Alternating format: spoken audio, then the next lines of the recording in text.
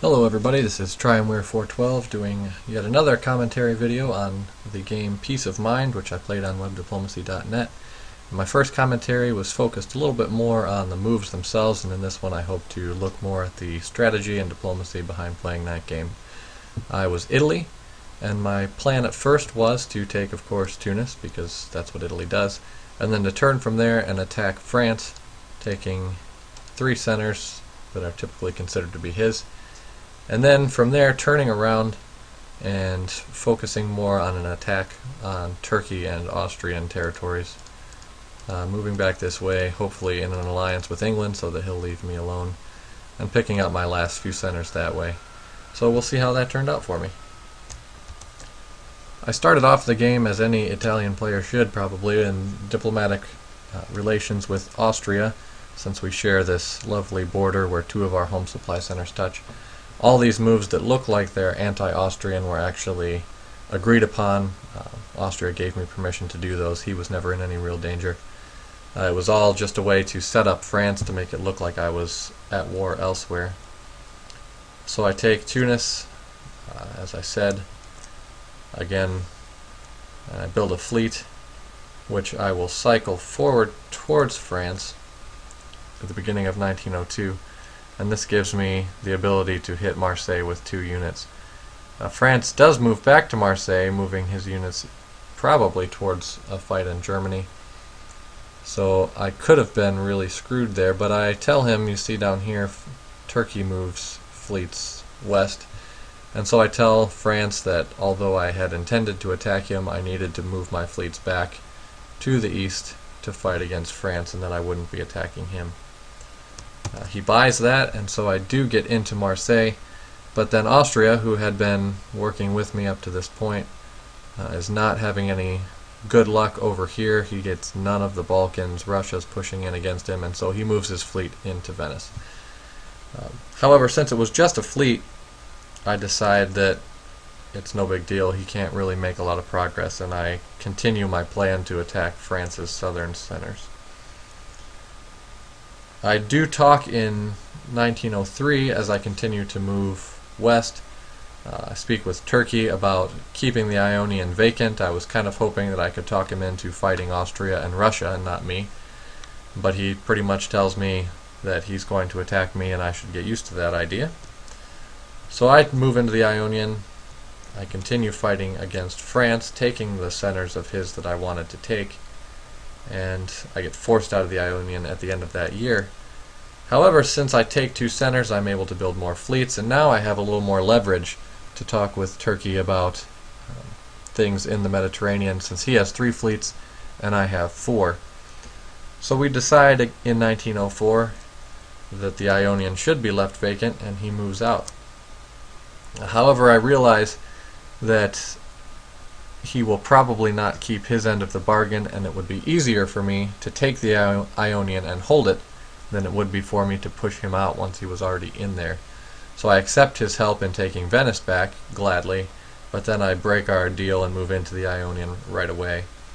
I'd also made a deal with England and hoped that he would keep it over here in the west, splitting the territories of France 3 and 3. I would get Portugal, Spain, and Marseille. He would get Brest, Paris, and Belgium. And then hoping that he would focus on an eastward attack. However, that is not to be the case. As you see this season end, he moves into Portugal, also taking in that same turn Kiel and Belgium. So a big year for England, but a big mistake as well, provoking my wrath, because you will see as the game progresses I don't take it very kindly. I'm able to hold the Ionian for 1 turn, but then I lose it in the next turn, and England stays in Portugal. I realize at this point I can't hold off England in the west and a growing Turkey in the east, and so I start to talk to Turkey about just surviving the game. And you may think that's a little early. I still do have 6 centers. But if you start thinking about survival too late, you sometimes don't get it. We'll see what you think about that, I guess. So I start moving in a very pro-Turkish fashion allowing him into my centers, telling him exactly what I'm going to do as I move my units west to fight against England. Here you see in the fall I convoy an army to Tunis. That was my one agreement with Turkey, that I would be able to keep Tunis no matter what else he took, so I would survive the game. Here also I support Germany into Spain, just so I can take it away from England. And really everything else from then on becomes me trying to mess with England, trying to get him out of this game. You see I move my fleet around, and you'll see that make some real progress. It actually takes Liverpool in 08, which I thought was hilarious.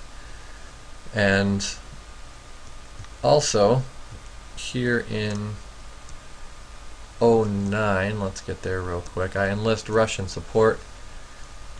You see here England trying to take me out in Liverpool, but Russia supports my hold.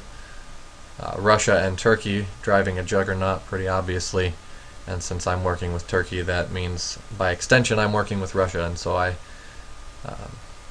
appreciate and accept his support there, and talk with him a little bit more as that year progresses about really sticking it to England.